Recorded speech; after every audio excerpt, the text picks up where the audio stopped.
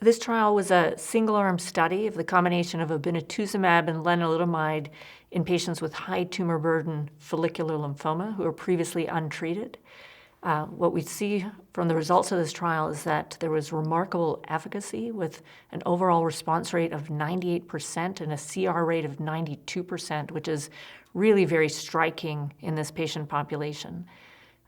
We learned from the Relevance trial that compared head-to-head rituximab and lenalidomide against chemo, and rituximab that, the combination of R² was very promising and actually highly comparable to chemotherapy in the untreated setting.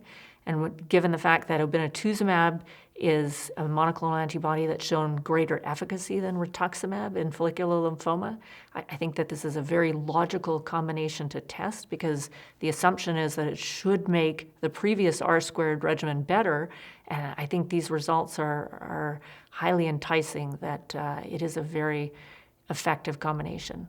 Similar to other hematologic malignancies, there's been increased enthusiasm about using MRD testing in follicular lymphoma. In follicular lymphoma, MRD testing is still a research question. We don't have the ability of using MRD for predicting which therapy we should either intensify to or perhaps stop therapy. But it's a really active scientific question right now, is can we interpret MRD testing either during therapy and use adaptive approaches, or during the monitoring of patients that have received first-line therapy? Is there a role of MRD testing to adapt our subsequent lines of therapy?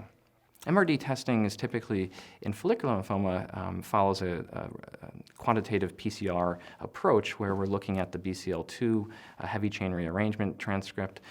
If in about 10% of follicular lymphomas you won't have that BCL2 rearrangement, we can use the same PCR technology to identify heavy chain variation.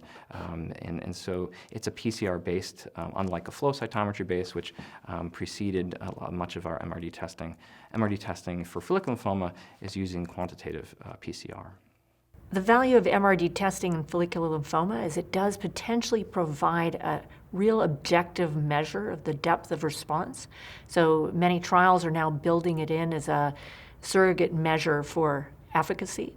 In terms of the Catalan trial, it was evaluated, and what we saw is that patients receiving the combination of obinutuzumab and bendamustine had a much higher level of MRD negativity following completion of treatment compared to patients receiving the bendamustine alone. So the rate of MRD negativity was approximately 86% in patients receiving the obinutuzumab versus only about 55% in patients receiving the single-agent bendamustine.